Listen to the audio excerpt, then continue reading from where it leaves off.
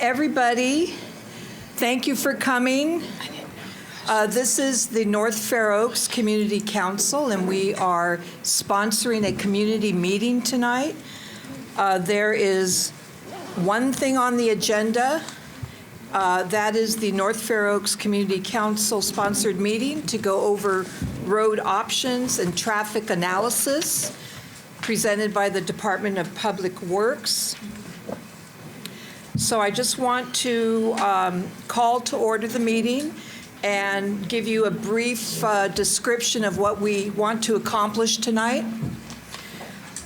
First of all, the Department of Public Works is here, and they will be sharing the results of the traffic analysis that they've conducted. And I see the charts are up. The scenarios are up to this side. And I wanted to also clarify the decision-making process regarding the lane configuration, and just basically and also we're going to talk about upcoming opportunities for continued community participation. And then we want to make sure you have the timeline for this project, so you know what's going to happen when and all of that. That is what we want to accomplish tonight. I want to mention to you that it's the intent of the North Fair Oaks Community Council to take everyone's comment, question, and concern. We need your input to make a recommendation to the Board of Supervisors. This is your community. It will be your decision. We will carry the decision of the community to the board.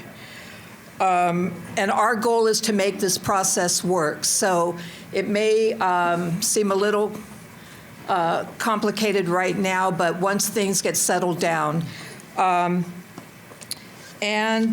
Basically, that is it. We cannot achieve our goal without the collaboration, not only of the residents, but the merchants that have businesses on Middlefield, and all of the city of Redwood City, all of the people that work with us as partners. So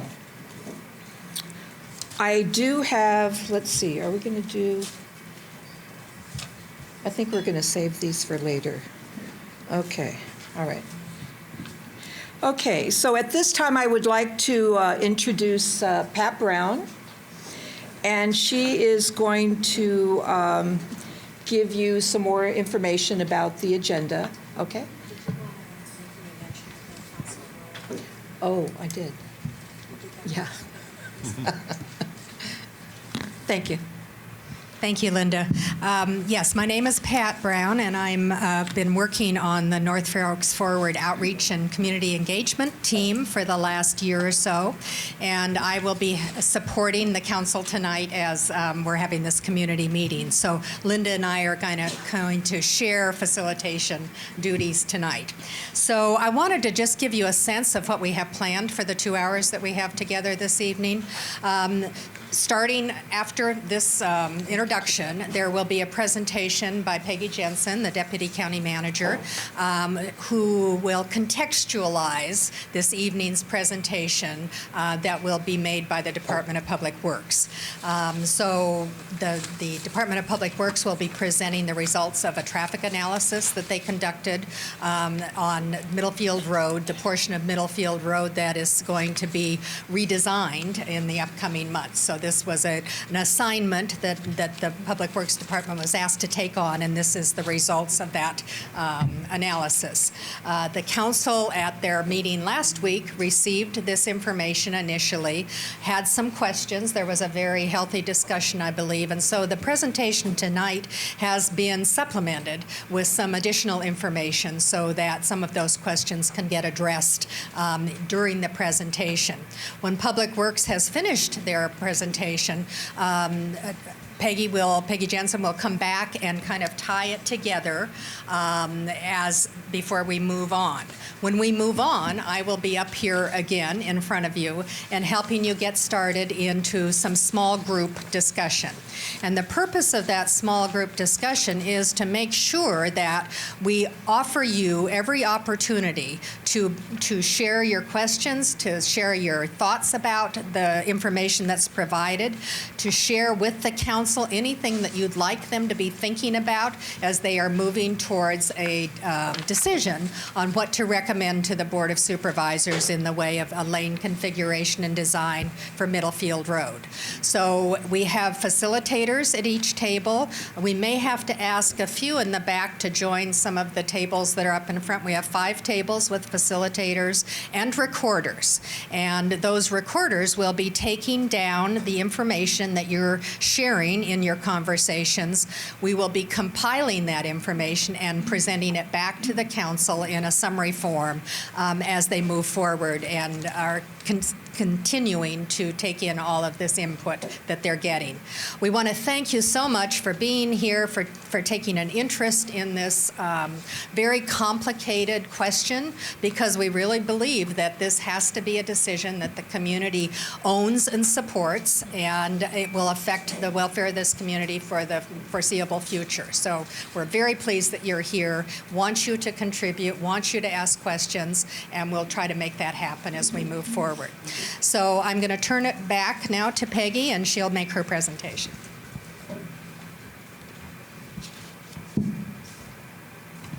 Thank you very much, Pat. As Pat said, my name is Peggy Jensen. I'm Deputy County Manager.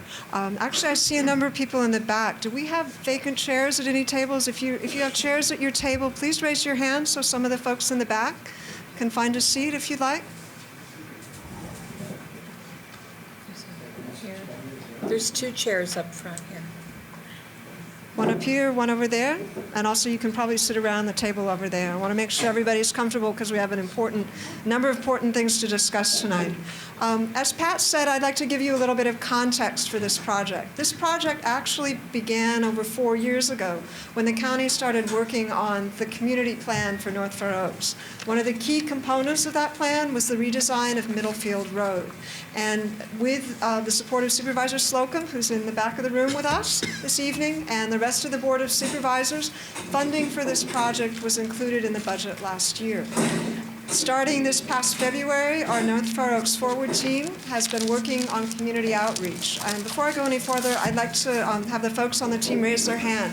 Ashley, Ellie, many of you may have seen them out in the community. We've all been working with Pat to make sure that we've been getting the input from you in North Fair Oaks into what you want to see this redesign look like. I said we started last February. We had a number of small group meetings with specific groups like the auto body shop owners, with business owners, with property owners, which culminated in 2 meetings in April, at the end of April, where the community was invited to give us feedback. From those meetings, we learned what the community supported, which is summarized on the graphics over there. And then we also learned where there wasn't consensus. And that key point where there wasn't consensus was on whether Middlefield Road should be 3 lanes of traffic or 4 lanes of traffic. To help the council make that decision, to help the community provide your input on whether that should be 3 or 4 lanes, we ask our Department of Public Works to do traffic analysis. So there are many pieces to the puzzle to decide what Middlefield Road should look like. Traffic analysis is one component, and you're going to be hearing some details on that tonight. In terms of next steps, which is definitely a goal that Linda wanted you to leave with tonight, our roadmap, literally over here, shows you that we have been sharing the information that we've received from the community back with different community groups for the past month and a half or so. Tonight, we're at July 27th, which is the blue dot at the top there. This is the community meeting. At the council meetings on the 28th of August, they will be making a decision as to what the design should be for Middlefield Road. That decision will be reported back to the community in addition to at that meeting, but also in another community meeting like this on the 23rd of September. And the recommendation from the council will go to the Board of Supervisors on the 21st of October. Once that decision is made, once it's reviewed and approved by the Board of Supervisors, we expect that the project will probably take 4 to 5 years to build. I know that sounds like a very long time, but it's a complex project because it includes initially undergrounding all the utilities, which has to be coordinated with PG&E, the cable company, anybody who has a line on that utility pole. It requires then final design by engineers and consultants, letting of a contract, and then staging the construction so it provides so it has minimal impact on the business owners along Middlefield Road. So that's the timeline. That gives you a little bit of background. And with that, I think I'd like to hand it over to our Department of Public Works staff to talk about the traffic study.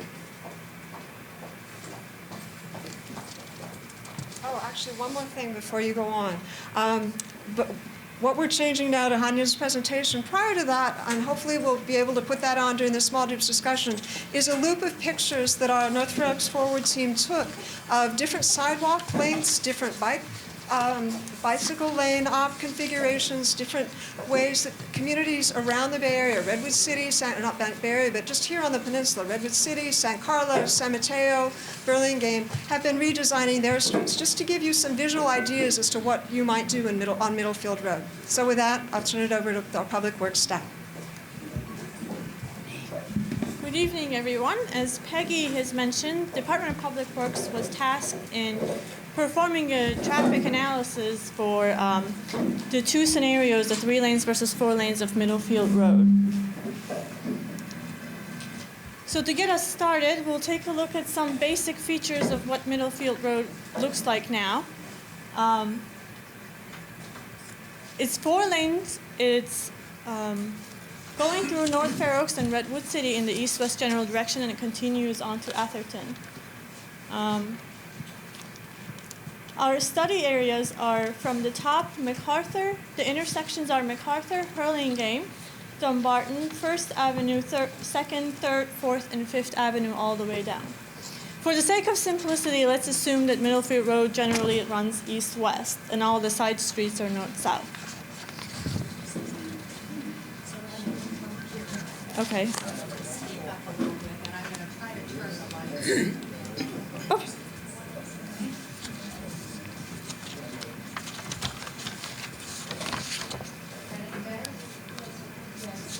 Okay. Can you hear any better? Let's try to be a little louder. Okay. So to collect the data, we collected some data for traffic, including pedestrians, bicyclists, trucks, and regular vehicles. It gets collected over 4 hours a day, 2 hours in the morning and 2 hours in the afternoon, to capture the most congested hours of the day. This is what Middlefield Road looks like right now. We have 4 lanes, 2 lanes in each direction, diagonal parking on both sides, and a 5-foot sidewalk. There is currently no bike lanes at all, and we have about 9,000 vehicles in each direction per day, which adds up to about 18,000 cars on a daily basis. If you want to translate that into an hourly basis, you have about 850 vehicles going in each direction during the peak hour.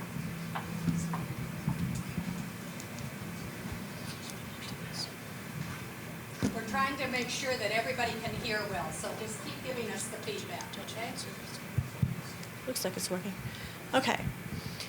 So Middlefield Road does not have any traffic control. There is no stop signs or anything on Middlefield Road. Side streets all have stop signs. They all stop when they get to Middlefield Road. The only traffic signal on this segment of road is on 5th Avenue.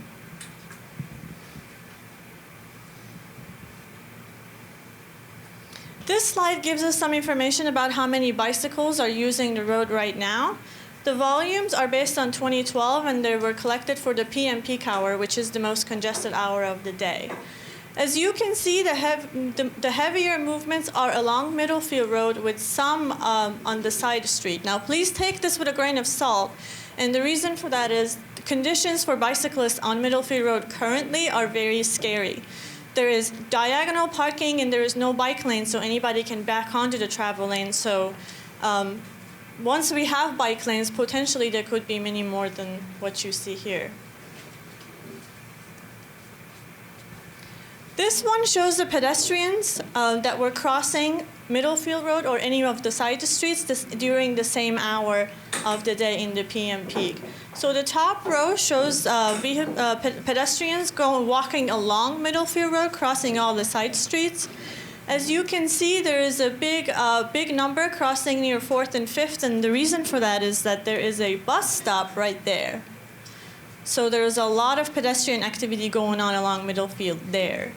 In the bottom row, you see all the folks that are crossing Middlefield Road, and that, again, on these locations at Dumbarton, 2nd, and 4th, there's an increase in the number of folks crossing Middlefield Road, and the reason there is we have in-pavement lighted crosswalks there that are push-button activated.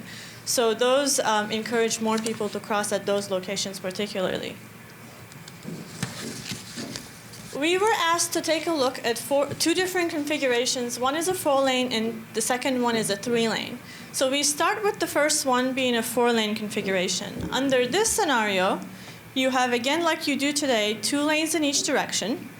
You'll have a 4-foot bike lane, 8-foot parallel parking lane on both sides, and a 6 to 8-foot sidewalk. Total width of right-of-way that we have on Middlefield Road is 86 feet wide.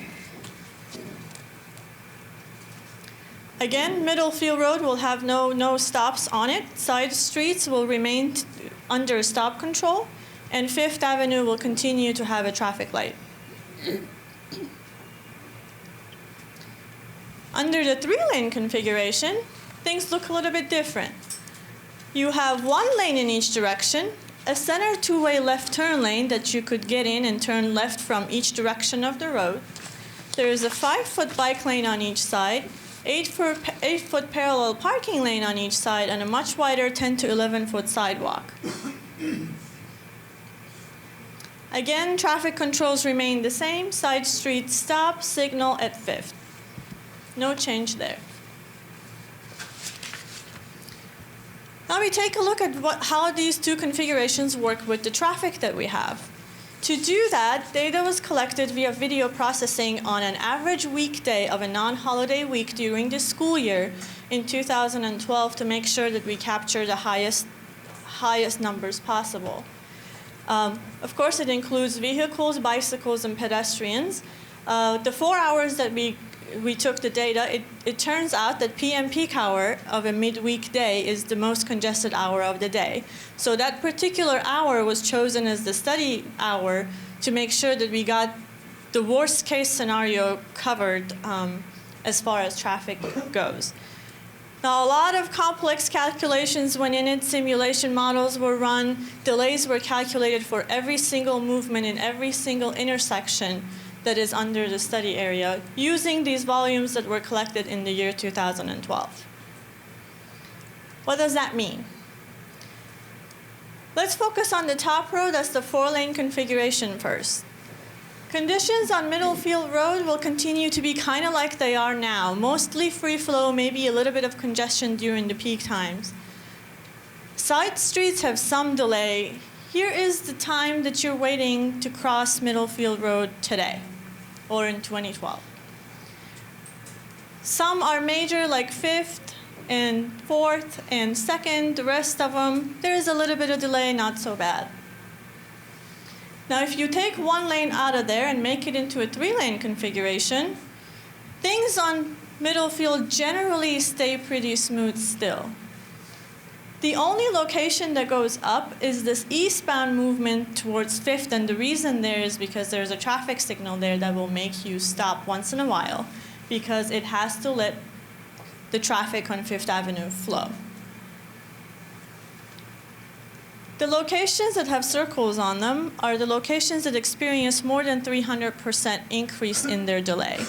For example, let's look at northbound 4th Avenue. If today you wait for 2.5 minutes to cross Middlefield to get on the other side of 4th, or if you wait 2.5 minutes to turn on Middlefield from northbound 4th, under the 3-lane conditions, you have to wait an extra 9 minutes for a total of 11.5 minutes. Yeah, it sounds a lot, doesn't it? Right. So as part of every traffic analysis, we look at today's conditions, and we also try to establish a future forecast to see 10 years, 20 years, 15 years down the road what things will look like. General industry practice is a 20-year horizon. So a 20-year horizon condition was established for this project. A 5% growth factor was applied to 2012 volumes to arrive at the volumes that will be at the year 2032. The growth was applied to vehicles, pedestrians, and bicycles alike. Again, PM peak hour turned out to be the most congested hour of the day, so it's chosen to be the study hour. All those calculations got repeated for every movement of every intersection for that PM peak hour using now the 2032 volumes. So potentially, in the year 2032, this is what it will look like under 4 lanes versus 3 lanes conditions. Under the 4-lane condition, generally remains the same smooth sailing on Middlefield. There will be increased delays on side streets compared to what we have now, but not by so much.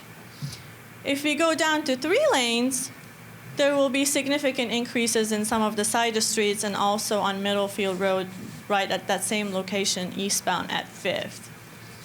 Again, these are increases in delay compared to the 4-lane condition. As you can see here, Middlefield is bad, 5th, 4th, Hurlingham, all of those will experience increased in delay. Now, in reality, when you see 20 minutes of wait time, folks don't sit at an intersection 20 minutes to get through. So what happens is around 10 minutes or so, people start looking to see what's a better, faster alternative. And what that means, they start cutting through whichever road is the path of least resistance. Think about it as water. Wherever there is room for it to flow, that's where it's going to go. Unfortunately, there is no way of scientifically predicting exactly how many cars are going to go where without doing some kind of massive origin-destination survey study that's out of the scope of this project at the moment. So this is what the conditions of traffic will look like as far as congestion in 4 lanes versus 3 lanes. And this concludes the traffic portion, so I'll take any questions you may have on the traffic part before we pass it on to Peggy to kind of put everything else aside from traffic on top of it and summarize. So I'll help you manage the questions. Lights, please. Okay, yes, ma'am. Did you consider using lights more than at Fifth Avenue? And then, and then if you have lights, you could have at the intersections that don't have lights, you could have no left turn signs from this, so that people won't have to cross. Does that make sense? Yes. So we did consider putting additional signals, especially at 2nd and 4th, because they were the most logical places. However, what happens is, on this segment of Middlefield Road, the blocks are so small. So between 2nd and 3rd, there's only about 280 feet. Between 3rd and 4th, none of them are any more than 300 feet. So what happens is when you have a red light on Middlefield, there is not enough room to stack cars. So 300 feet will store maybe 20 cars for you, and that's not enough to get them through. So your backup will just translate from 5th all the way back because they can't get enough green time to get through. So unfortunately, the signal doesn't solve our problem. Additional signals. As far as limiting turn movements, that's always a consideration to limit. Nobody make a left turn at this corridor. So we did look at that. What that does is that people have some origins. They're coming from somewhere. They're going somewhere. That's not going to change. So when you want to get to a destination and that destination requires you to make a left turn movement, if you're not allowed to do it at this location, you're going to go to the next block. You're going to either try to make a U-turn where you're not supposed to, or you're going to turn on the first available block. So that increases turn movements elsewhere, and it creates additional cut-through in the neighborhood, which is not ideal. So in this case, if you limit any turns on any side streets, you're moving that problem from that street to any other street that doesn't have that restriction. Okay, back here, sir. It's hard to see the time back, but do I understand that you say that there's under each scenario, there's no significant difference in east-west flow on Middlefield with either the 3 or the 4 lanes? Correct, except for the location between 4th and 5th Avenue. A couple questions about the simulation. Does the simulation take into account that people, when you have 3 lanes, that people will make a turn, a left turn into the middle lane and wait for traffic to clear to go in the, Yes, it does. okay. And does it take into account in a 4-lane scenario that when somebody makes a left turn from the center lane, there's significant backup behind those and Yes, it does. Okay, thank you. Yeah, with the pedestrian crossings, with the amber lights flashing currently installed in, at least I can remember the one on 4th Avenue, that doesn't increase or decrease the length of time to get across, or does it, regardless of 3 or 4 lanes?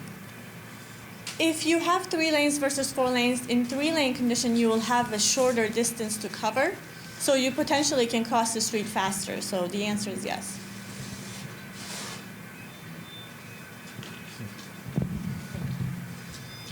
So my question is, so you've taken a 5% increase for density, and I'm looking at all these high-density buildings, 3,500 units, San Carlos, San Mateo, Belmont, and it just goes on and on.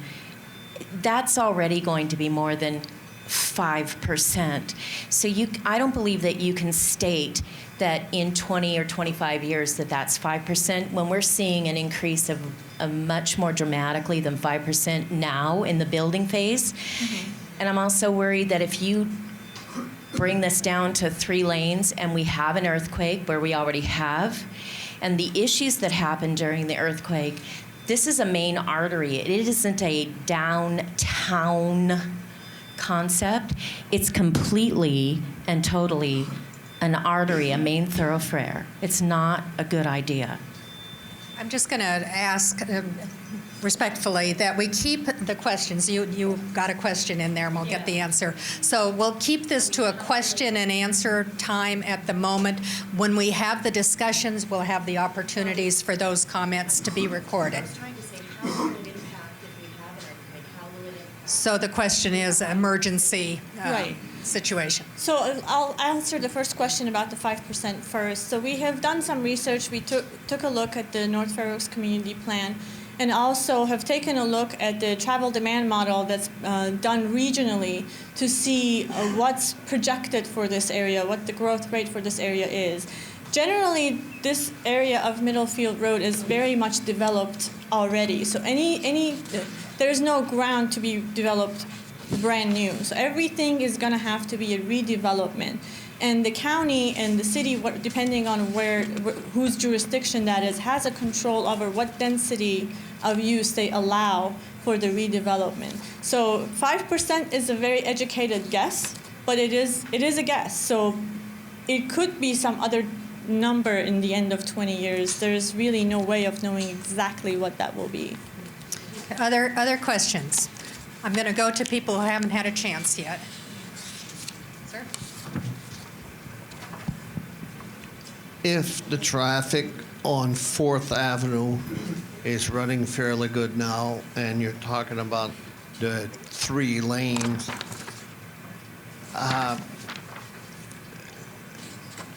with the 4 lane as it is now, wouldn't it be better to just leave it that way? Because so far, everything you're saying about the 3 lanes is negative, so.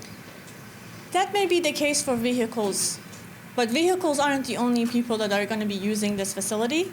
The portion that I'm talking about is vehicles only. So once we get to Peggy's portion, then there will be talking about other uses like the bicyclists and the pedestrians. Question? You mentioned that the one area on Middlefield where there might be some east-west delay with the 3 lanes was between 4th and 5th. Did you look at maybe having it still be 4 lanes just in that section to increase the stacking for the traffic light? Yes, that's an opportunity. So once we get to the design phase, once it's decided what the general alignment will be, 3 lanes versus 4 lanes, for those locations that are problematic, there might be some auxiliary lanes allowed for those locations to address that issue. My question is, between First Avenue and Dumbarton, there's a street named Berkshire, and I don't see it in any of your maps, and I'm wondering why that is. Let me see if it runs through.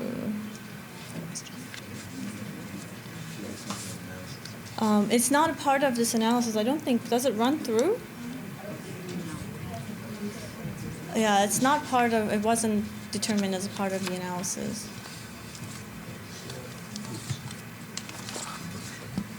So Berkshire is not. No. It doesn't cross Middlefield, I don't think.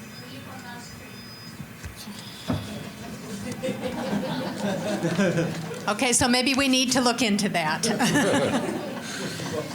We have another question here. Just be patient, those of you that have questions, and we'll get to you. Can we move to the next one? Can we move to the next question? Yeah, Okay. Just to follow up on the, all of that Stanford expansion is going on. Was that factored into the study as well? As they expect 6,000 new workers coming to that area over the next 30 years or so? All of that is captured in the 5%, so not particular projects were not included in the analysis now. Any others? Okay.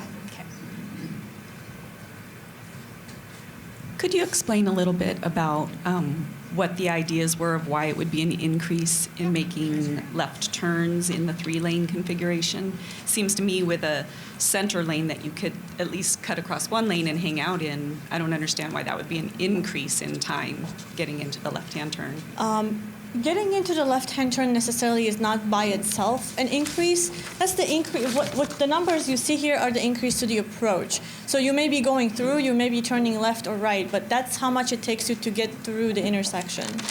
So if you're making a left or a right or a through, it doesn't matter. Just you get to Middlefield, and you either turn left, right, or go through. So that's how much you're waiting. If, for example, on 3rd you're going north, whether you're going left through or right, you have to stop at that stop sign. So the average delay experienced by every driver, no matter which direction they're going, is going to be 25 seconds. But it's going to be an increase over the 4-lane because of...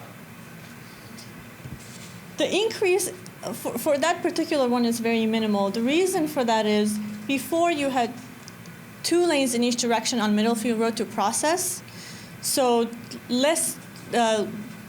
You could have more gaps that you would feel safe enough to come out of the side street. Now, all of that is being put on one lane in each direction. So the possibility of more safer gaps to come out will decrease because now you have cars following each other more closely. And that's why you have to wait a little bit longer to make your turn. In this analysis, did you take into consideration if there are better conditions for pedestrians and bicyclists, there would be less people in the neighborhood driving? Not exactly. There is no real way to quantify that, and this is a mathematical model, so it does not take that into account, unfortunately. So I think we want to remember that the request for information related to traffic. Here, vehicle traffic. Okay. Yeah, I've been driving down Broadway to go to work up in San Carlos, and there's this big midpoints area, and some people are real concerned that Stanford's going to move there with 5,000 workers and so on and so forth. But a lot of that looks pretty occupied to me already, and I'm wondering how much the increase, presumably some of those, and all those buildings, it's built up. They'll have to bulldoze them and put new ones. Right.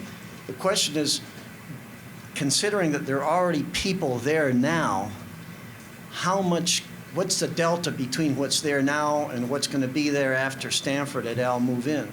Every time a big project like that comes through a city, they have to do a traffic analysis. So part of that is they do provide detailed information on what's there now, and then they'll have to provide what's going to be there when they move in. And then they have to accommodate for whatever that delta is.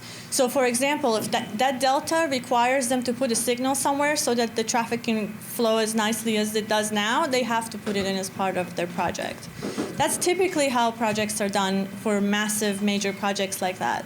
You have considered that now, though? Until a project is well defined and all of that is approved and ready to go, we really can't, because it can change at any moment of time. It'd be helpful to have crystal balls at this point, wouldn't it? Yeah. Can I see a show of hands of how many questions are still remaining?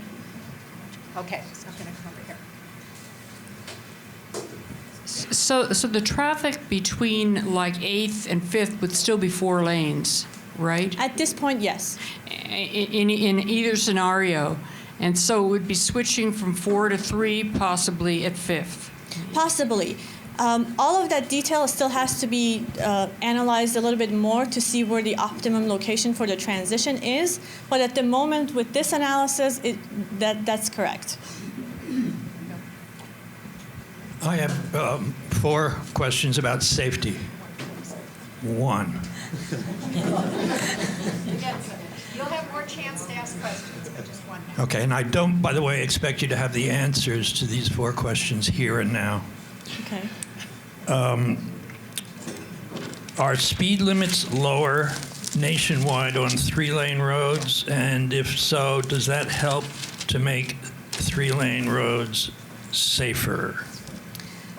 Not necessarily. Speed limit is a function of the width of the lane, not necessarily how many lanes there are. For example, if you have a 4-lane road that the lanes are 10 foot wide, it's much slower than if you had a 3-lane road that had 12-foot lanes. So that depends on what kind of configurations you have, aside from what else is going on the side. So if you have too much going on the side, things tend to slow down a little bit more. By the way, you can submit those questions and we will get them answered, okay? Talk loud. Is there a plan, with the elimination of the diagonal parking, is there a plan to still parking that's eliminated? To the best of my knowledge, it's being considered, but I don't know exactly what the status of it is.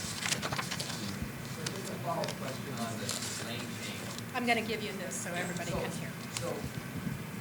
It goes from, if you went to a 3-lane scenario where you have traffic 1 lane each way, somebody brought up going to 8th where it goes to 4 lanes, right? Well, then you have to go a little further by St. Anthony's, and it goes back down to 2 lanes. Correct. So has anybody looked at that? Because that would create quite a bottleneck if it's done improperly. Well, right now it kind of does that. It does. We will take a look at all those transitions when it's getting down to the design. Last call for questions. You have a lot of traffic coming off of Bayshore 101. They come down Marsh Road and they cut through the neighborhood to get to 5th Avenue or that area. Isn't there really causing a lot of traffic on Middlefield by coming off and letting the traffic go through the neighborhood instead of having the neighborhood closed at one end? Unfortunately, there is no way to determine which car is coming from which road and they're going where. So if there is capacity on the roadway, they're going to take it, unless there is turn restrictions or some other gate or something to prevent other people from driving through the neighborhood. If that's the fastest, most convenient way to get somewhere, more likely folks are going to be using it.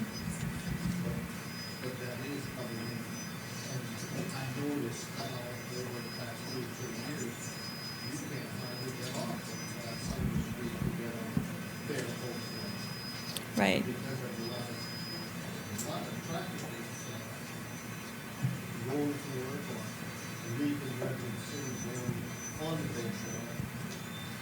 Can I suggest that observation be captured in the small group notes that we're going to be capturing?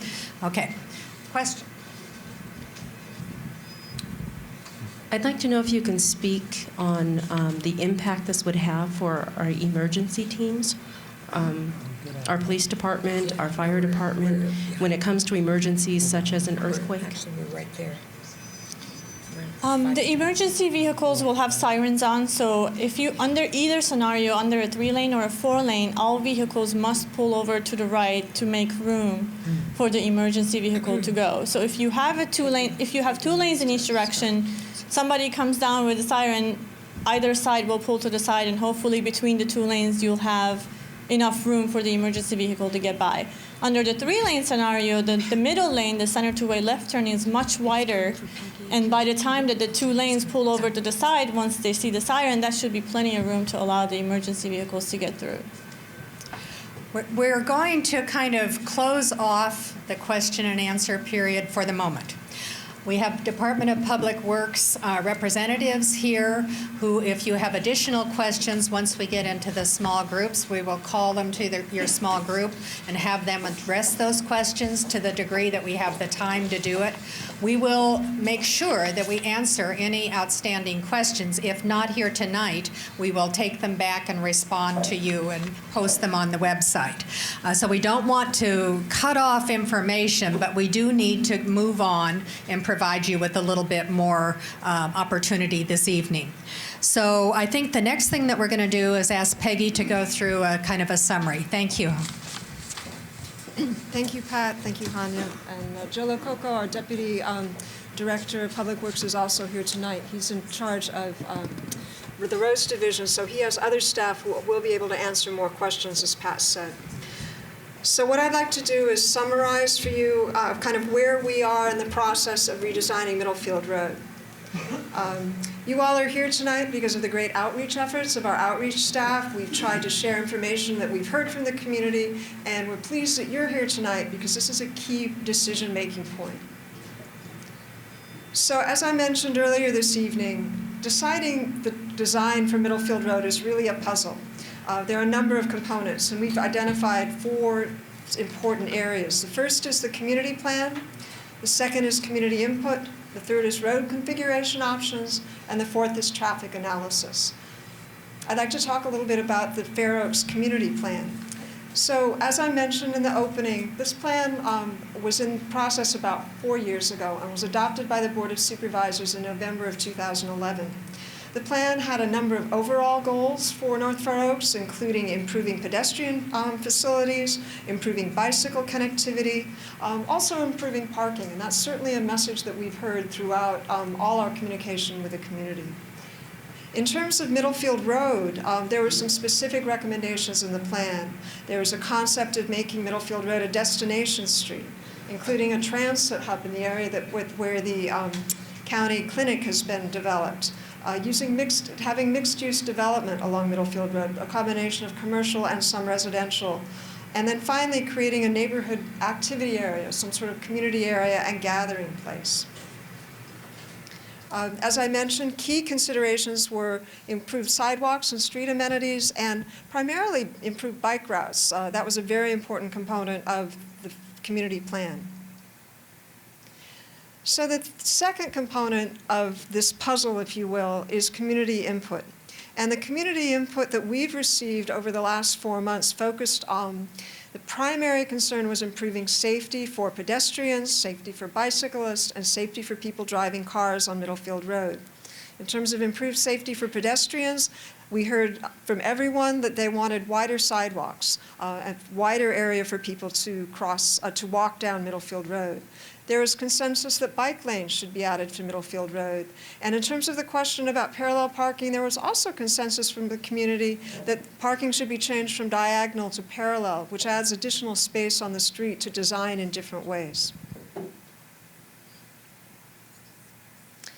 Where we didn't find consensus after all the outreach we've done, and I should add that we had input from over 2,000 people, we received over 500 written comments, and all that information is available on the North Fair Oaks website.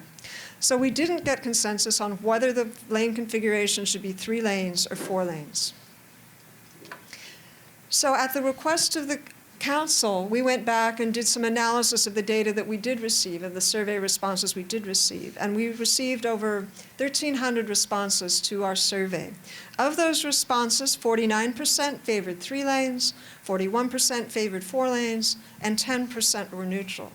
Now, the council was interested in finding out how that broke down by different groups. So in terms of residents, it was about 50%, or actually 50% of the almost 670 residents were interested in 3 lanes, and almost 40% were in 4 lanes. In terms of business owners, 44% were interested in 3 lanes and 50% were in 4 lanes. Visitors, about 50%, 37%, and then at the community meetings we held where we had about 130 people attend, 53% said 4 lanes and 47% said 3 lanes. So you can see that these are pretty close. There's no clear message to the council as to what the community wants in terms of lane configuration, which is why we're here tonight. So as Hanya mentioned, the current design is 4 lanes, unfortunately this should be 5 instead of 15, but we have 5-foot wide sidewalks. 14 feet on either side of the street is dedicated to diagonal parking, and then you have 12-foot lanes on the sides and 11-foot traffic lanes in the middle. So in terms of the road configuration, which is the third component of the puzzle, I want to highlight a couple of differences, key differences between the 3-lane and the 4-lane design. So in terms of the traffic lanes, the difference between the 3-lane and 4-lane design is that there would be a wider lane in the center. The center lane, as Hanya said, would be 12 to 13 feet, whereas that would be the center lane would be 14 feet, and the outside lanes would be 12 to 13 feet, compared to the 4-lane design, where the middle lanes would be 11 to 12 feet, and the outside lanes would be 12 to 13. Because the community, over 87% of the community has told us that diagonal parking is not desired. They prefer parallel parking. That's not something we're going to be considering in the design. But what that means is we need to add parallel parking to the layout of the street, and that requires 8 feet on each side. Both the 3-lane and the 4-lane design would have parallel parking, accounting for 16 feet. Finally, in terms of bike lanes, 4 feet is the minimum width of a bicycle lane. 5 feet is a preferred width for a bicycle lane. With a 3-lane design, it allows you to have a 1-foot wider bike lane. For sidewalks, as Hanya mentioned, you could have 6 to 8 feet of sidewalk on a 4-lane design. If you walk down most streets right now, as I mentioned, North Fair Oaks has 5-foot wide sidewalks, which is minimum width. A 6-foot wide sidewalk allows you to have 2 people walking with a large baby buggy. An 8-foot allows 3 people to walk down the street, 3 to 4 people to walk down the street together. If you had a 3-lane design, you would be able to have a 10 to 11-foot sidewalk on each side, which means your sidewalks could be 2 to 5 feet wider. One of the things you need to think about when you design your sidewalks is if you have street amenities like a bench or a tree or vegetation, that takes up part of the sidewalk. So you need to think about how much sidewalk is actually available for people that are walking. So at the traffic study session last week, a number of questions came from the council that we wanted to address this evening with this group tonight. I guess it's a little bit off the screen, but in terms of pedestrian safety, the safest environment for pedestrians is to have wider sidewalks and shorter crossing distances from one side of the street to the other. So for the safest configuration for pedestrians is a 3-lane road. For bicyclists, given the fact that we can provide a wider bike lane with a 3-lane configuration, that's the safest for bicyclists. It also allows us to provide a potential buffer zone and possibly a door zone separation, which the biking community has told us is extremely important.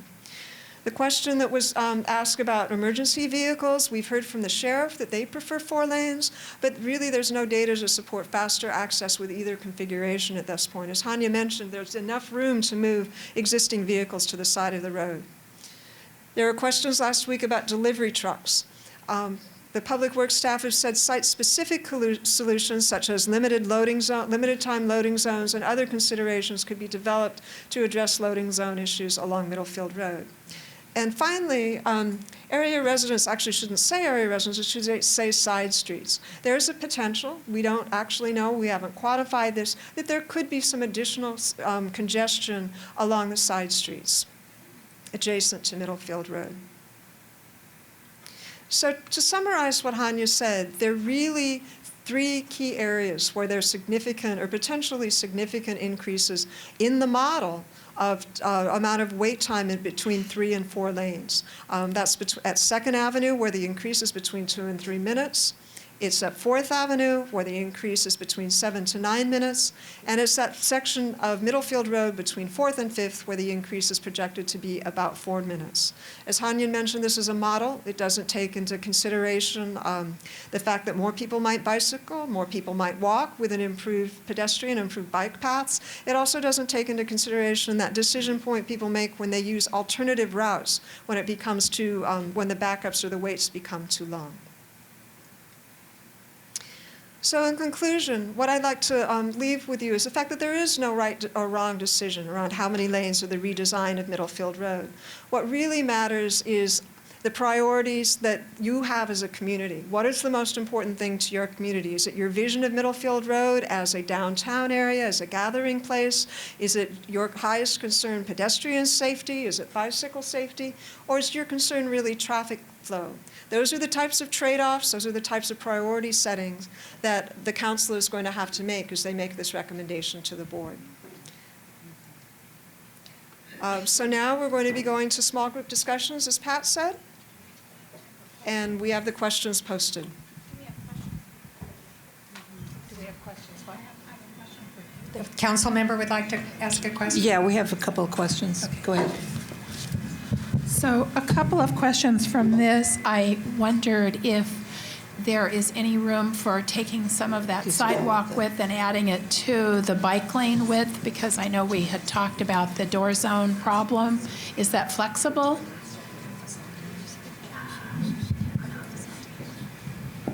Those kinds of decisions can be made in the final design.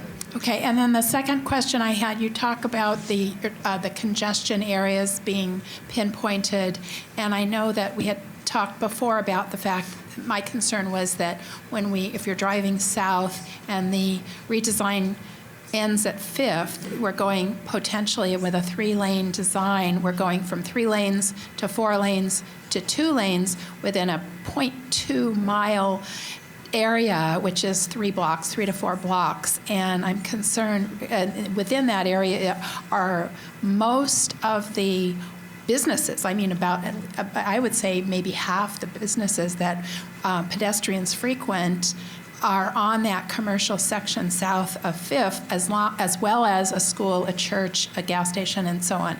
So I'm really wondering about, I know that the design doesn't take that, or the study didn't take that into account.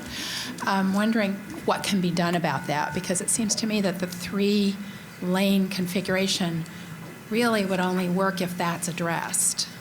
Well, I'm going to assume that we, as the Public Works folks, have talked about that. I will hand it over to Joe and Hanya.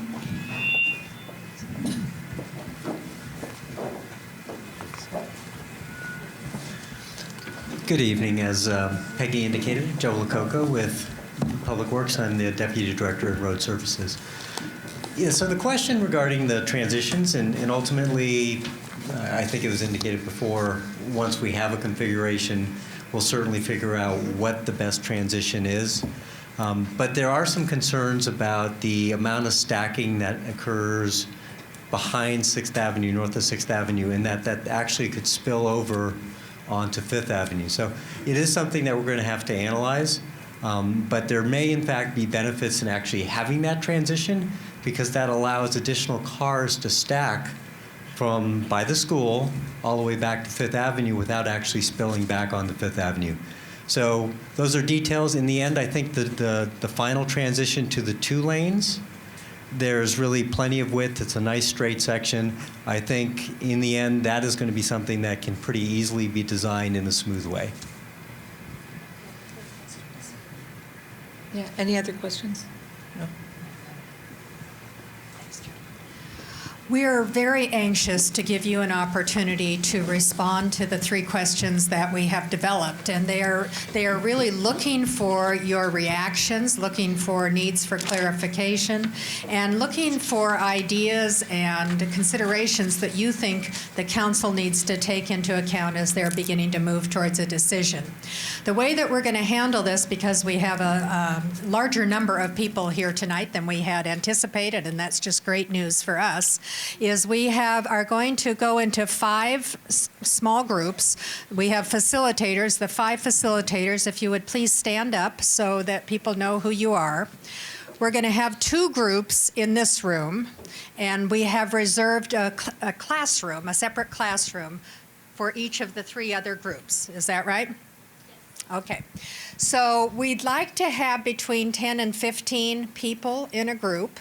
The 2 that will be in this room, we'll keep John in this room and Elaine in this room. Okay. So the people who are at your table can stay here, and we'll add a few more to you.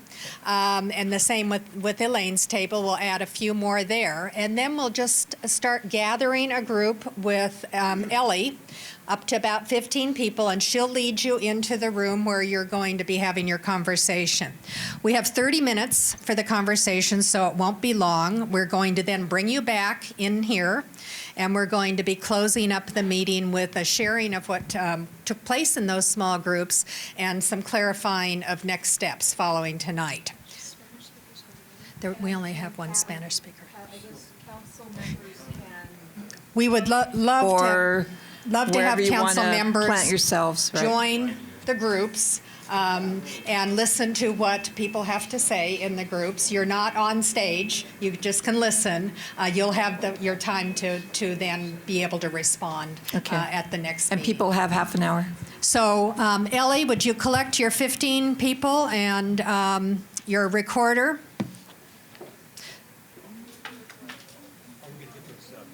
Yes. So we're not going to do the public comment? That happened at the earlier meeting. This was a pre-meeting of the council, yeah. And it wasn't about this topic. It wasn't a new topic. There will be more opportunity for public comment.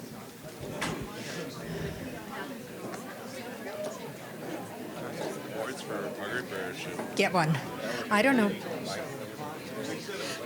Okay, if we can have the second group of 15, please.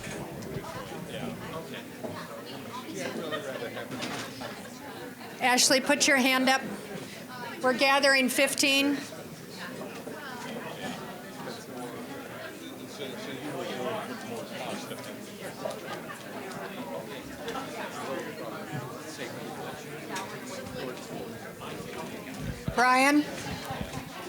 Brian, let's have you gather a group.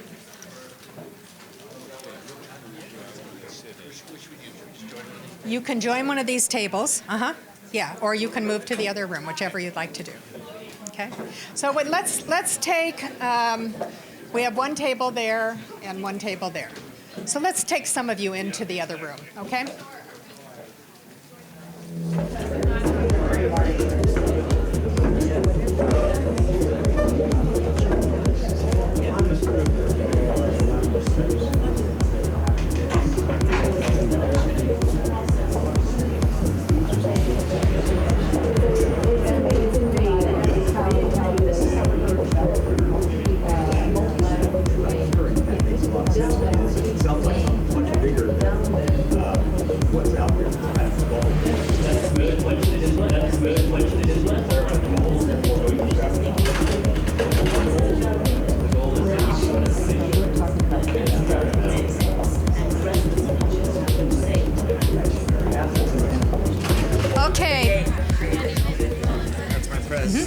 Thank you.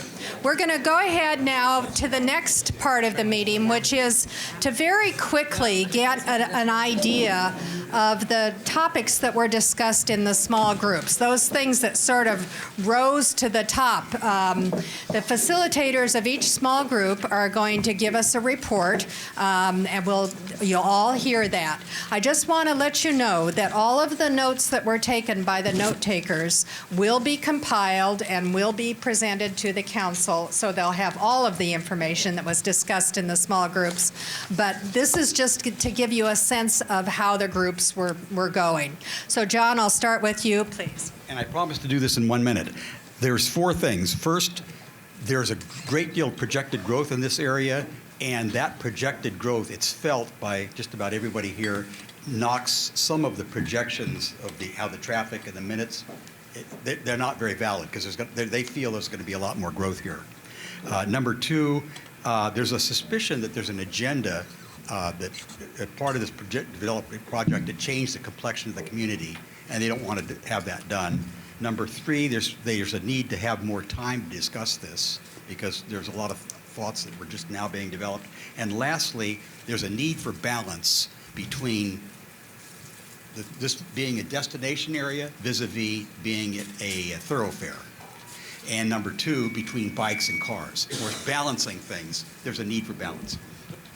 Okay, I'm going to help our recorder to make sure she got that. So the projected growth, there's a concern about whether those projections were accurate or figured in correctly. There was a concern that there is an agenda, and I think that agenda had to do with... maybe there's a changing the complexion of the community, getting in Starbucks versus local restaurants, that kind of thing. So make sure you get that, will you please? So the concern is that the okay. Okay. We have it in the notes. Chains versus mom and pop stores. Let's go to the next group. Can we go to Lisa? Okay, so there were, I think, sort of 4 main themes that we had in our group. First point was that strong consideration should be given to the impact on people who live on the side streets. That should be something that the council should definitely focus on in making their decision. Secondly, the data seemed incomplete and inaccurate to some. One of the points was people would like to know what would be the impact on the the streets that are parallel to Middlefield Road. And our group was just about split on the 3 and 4 lanes, with maybe a few more for the 4 lanes. In sort of the main thought for those who were interested in seeing 4 lanes was that there would be enough room with the parallel parking to stay with 4 lanes and to accommodate bikes. And there wasn't as much of a interest in seeing wider sidewalks in that situation. And then for those that were interested in 3 lanes, there was a desire to have the community have a more community center sort of character, more of a destination character, like other cities up and down the peninsula have sort of developed downtown sorts of areas. So the folks that were for 3 lanes, that was sort of a theme for them. Okay, we're going quickly. I just want to make sure that Ashley's capturing this. You get it? Thanks, Pat.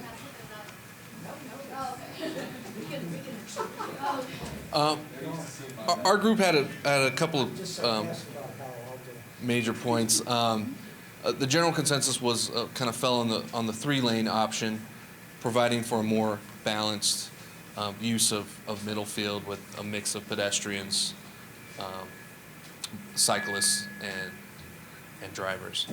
One thing that was commented on was the value they had in the outreach for this project, and that they felt that they were participatory in this decision process and felt really engaged. And last, which was kind of the elephant in the room, is how this will all affect parking and what strategies need to be pursued to balance the needs of local residents and also the business community in retaining customers as they go through Middlefield. For parking. Parking strategies.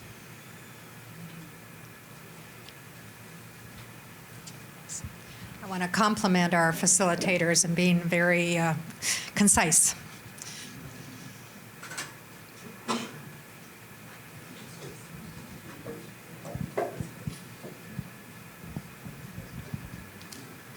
Yes, thanks. We had a very interesting, a lot of concerned comments that we got, but we were very close to the other items that have been mentioned.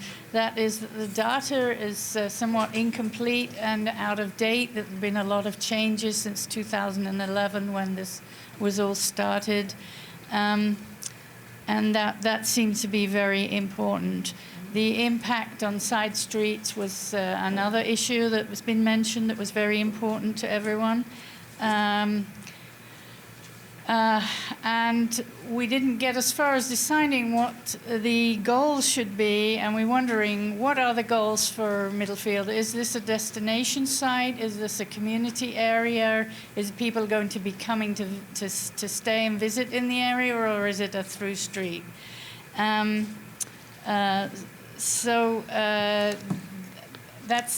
Those are our three main points.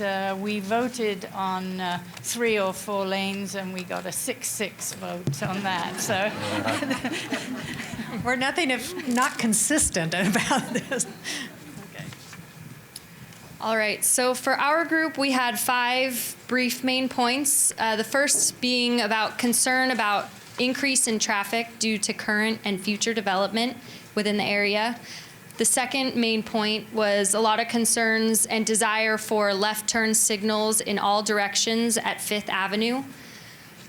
Third, there's a lot of interest in separating bike lanes from the traffic lanes, so potentially putting the bike lanes next to the sidewalks, in between the sidewalk and the parked cars.